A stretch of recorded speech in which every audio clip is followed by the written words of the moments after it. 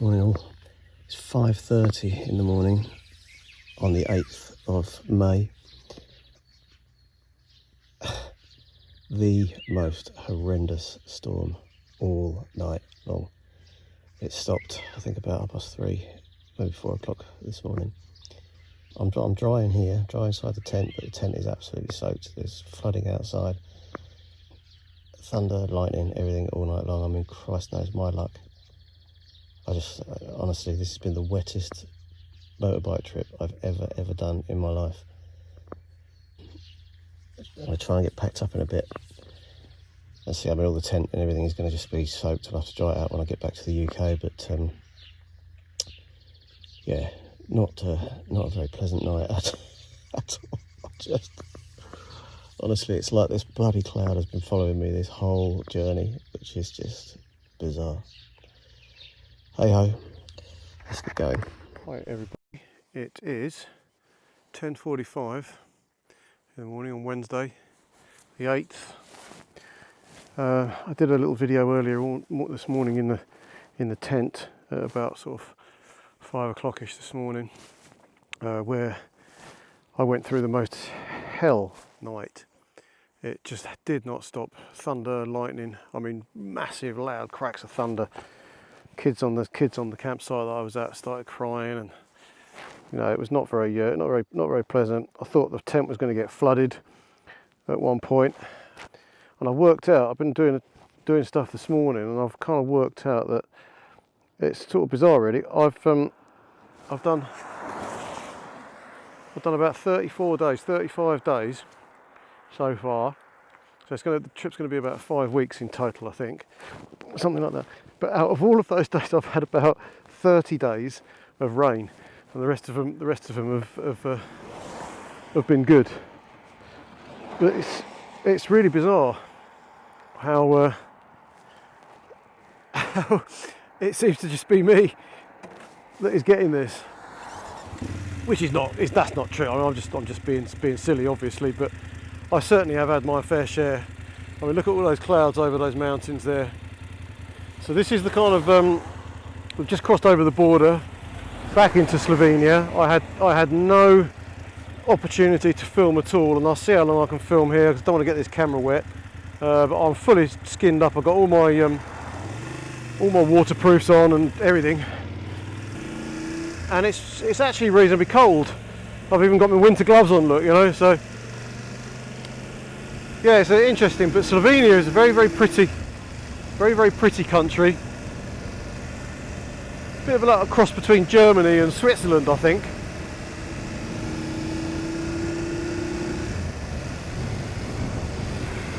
But let's have a little look.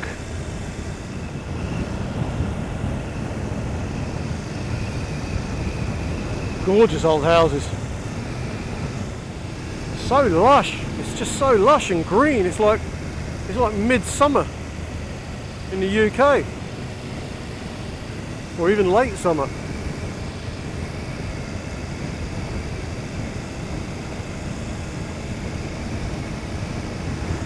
Here comes the rain. I just felt a few spots again now.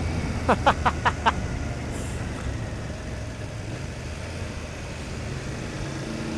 going to change the name of this channel. I'm going to call it Rob's Big Drip Tour.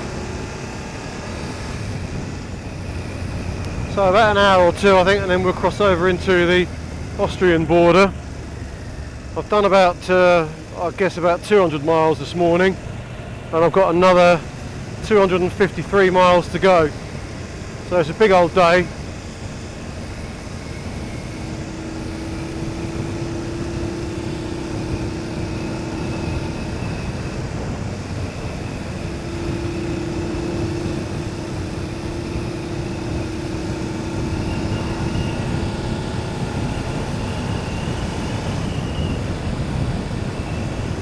Such lovely chalet type houses, aren't they? I love those.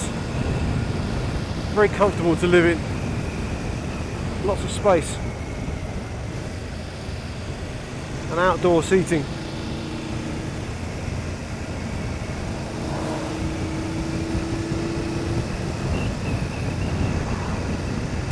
Because even though I've not seen it, apparently it gets really hot here.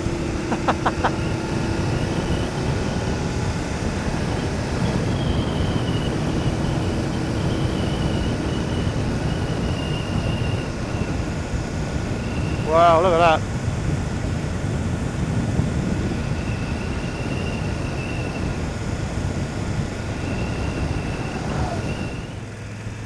These little Slovenian villages and towns are just, they're absolutely stunning. Very idyllic. But look over there, look.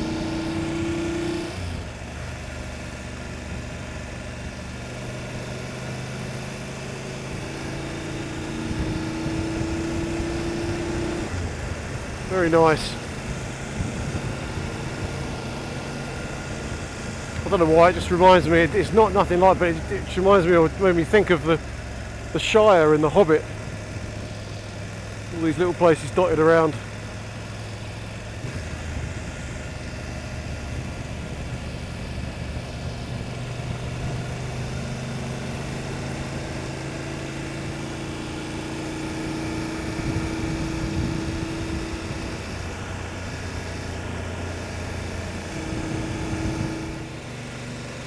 Not a single house looks the same as another one. I like it.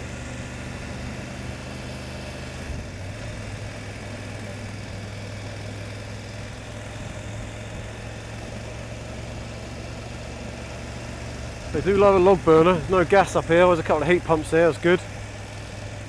I'm going to have a little stay about that, to be honest, because I get a lot of flack in the industry because I don't believe, in fact I've yet to see any definitive proof of anthropogenic climate change. So I don't believe it. I've seen no science. There's too many scientists now that are coming out of the woodwork that are just saying it's all a load of bunkum. And frankly I agree with them. And none of those people, none of those scientists are after money, are after grant money and stuff like that. And so therefore they can say what they like. But there's one thing that I want to just be really, really clear about, because people go, oh, you don't want to save the planet, you don't. Well, look, the planet doesn't need saving, full stop. The planet will be here long, long, long after we've all gone. No dramas about that at all. But I am an efficiency engineer and I am a heating design engineer. And so there is a no-brainer. Heat pumps are an absolute no-brainer. If you can afford one, I'm not saying they're cheap, but if you can afford one, and you get the calculations done correctly, they will work, and the maths are there to prove it. So I am an advocate of heat pumps and I am an advocate of efficiency. What I'm not is an advocate of climate hysteria. There, I've said it. Actually, I might have said something similar in a previous episode, I've forgotten. Might have to do an edit point. God, look at that, how gorgeous is that? Yes, Slovenia is very pretty.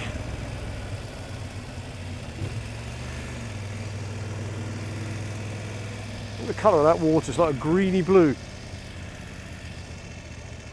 Very clear. That's gorgeous. It looks like one healthy river. Well, the sun's finally come out. Sort of, and very nice it was too. I've just sat here for the last hour or so. I've just taken my bike to bits, taken all the bits, I've done all the oil and all the rest of it, because I can't get into my accommodation until a little bit later on, so I thought I might as well just take the opportunity while the sun's out.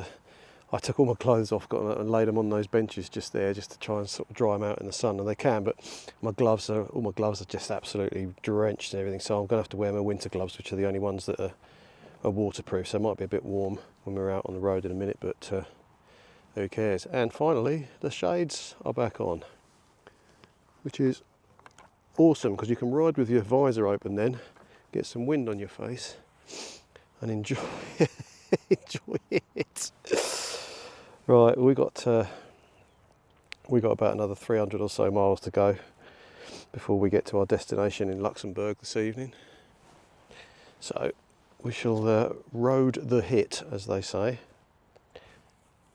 and get out of here. But it was that was quite a pleasant experience, actually. Just sitting, some people giving you some really weird looks, taking your bike apart in the side of a thing. A couple of bikers came over, but they didn't speak any English, so they said okay, just thumbs up and everything. And I just said yeah, all good. So, but it's quite nice, isn't it, when people come and make sure you're all right and stuff, which is good. I can promise you, travelling on your own, you just learn to be all right. You just get on it and just do it. It doesn't really matter what the situation is. You just know that you've got no choice but to just deal with it and get on with it. Character building, as they say. All right, that's not going to be any good. Let's just do those zips up.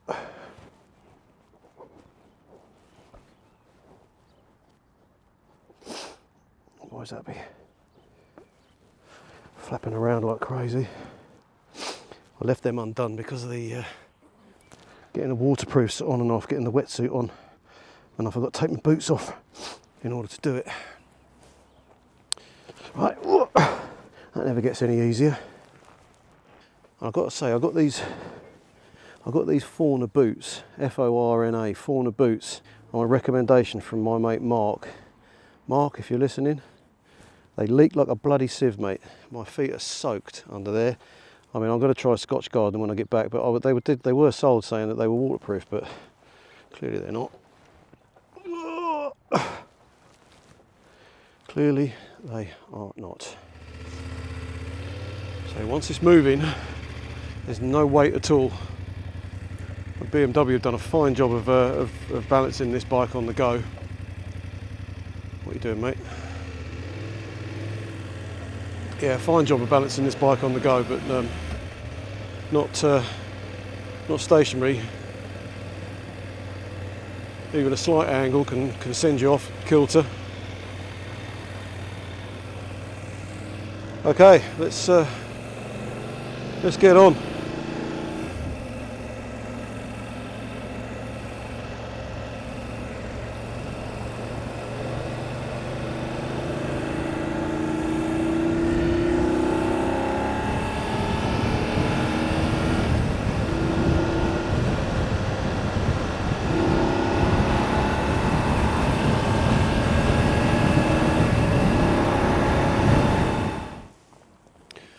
Well, what do you know? Look at that, look.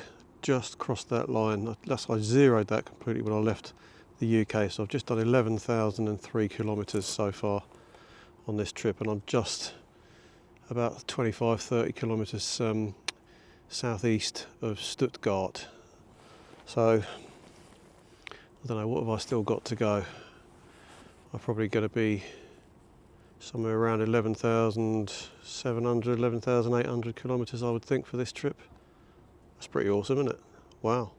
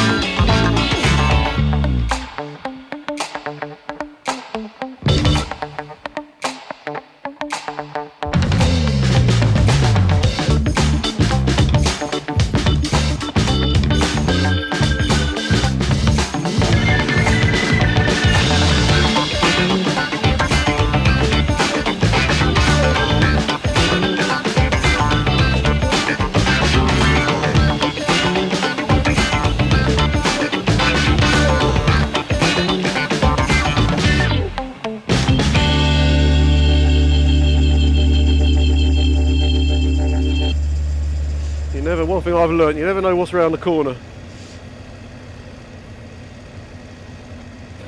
Met a Brazilian guy last night who he's moved over here with all of his family. They got migrant status and moved over here with all his family. What a lovely, lovely bloke. Just wants to make a better life for himself and do that. Really hard worker and stuff like that. And it just kind of makes you put a different picture on some things. I mean, I know sometimes there's overpopulation. It's a very controversial subject, but I know there's overpopulation, and certainly when you get to a migrant level in a town like London, where it's like 60% migrants as opposed to indigenous white British people, it can cause some frictions, and I can see that happening. But out here in the sort of countryside and stuff like that, where these sort of things happen, certainly in Germany, they seem to have it quite well sorted, from what I can understand from what these guys were telling me last night, and people in the pub, that they quite welcome it, because there's a lot of the countryside now doesn't have the workforce. They've all moved to the cities and that kind of thing. So it's kind of revitalising some of these areas. So I can kind of get it, and I can kind of understand that, which is good, because it kind of boosts the local economy. But yeah, it's a crazy thing. I mean, you know, Christ, that we're all migrants at the end of the day, because we've all travelled from Africa at some point, haven't we? I guess in evolutionary times.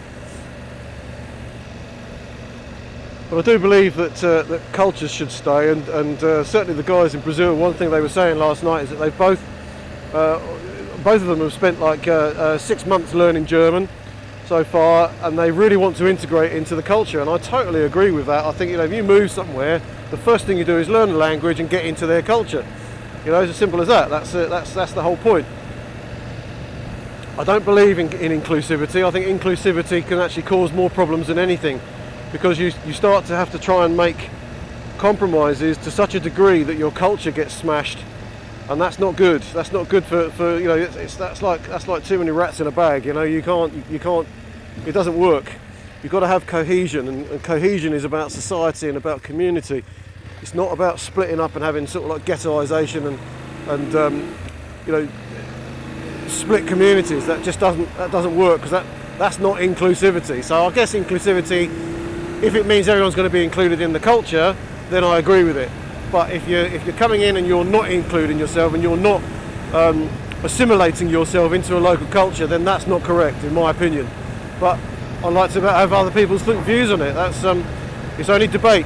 I always say to people, let's never ever fall out over debate. That's all it is. Just because I've got an opinion different to yours doesn't mean I don't get on with you. That's the point. It's like the 2 C's, isn't it? You know, climate and COVID. You know, I didn't believe in any of them. I don't believe in any of the bullshit that's basically being spun about it, and it's all been proven true. You know, the climate hoax is being debunked every single day now. There's more and more scientists coming out of the woodwork and saying, well, I never signed the 97%. In fact, the 97% was based on about 3,000 scientists, and I think only a small proportion of those actually answered that one particular question. So that was been completely debunked. And of course, with the COVID thing, we're all seeing that whole narrative collapsing now, and how dangerous these vaccines were and are. You know, and in fact, so much so, AstraZeneca, I think now have just worldwide banned it and stopped it. So because of rare side effects, I think they said. I mean, what a load of bullshit that is. Good God. I'm just glad I never took it. My wife and I, we've now got the choice to see what comes up in the future, and of course we've both got natural immunity now as well. So it'll be interesting to see what happens. I don't ever want to make this channel political, but sometimes you just can't help it. And you know, it's all about trying to find your way and seeing what we're going to do with life. You know, I don't think there's many people now that would ever truly trust the science, and I think the medical fraternity have actually shot themselves in the foot with this, because what trust they did have has now completely been well, depleted, I would say, is probably the best word. But we'll see. And again, another view.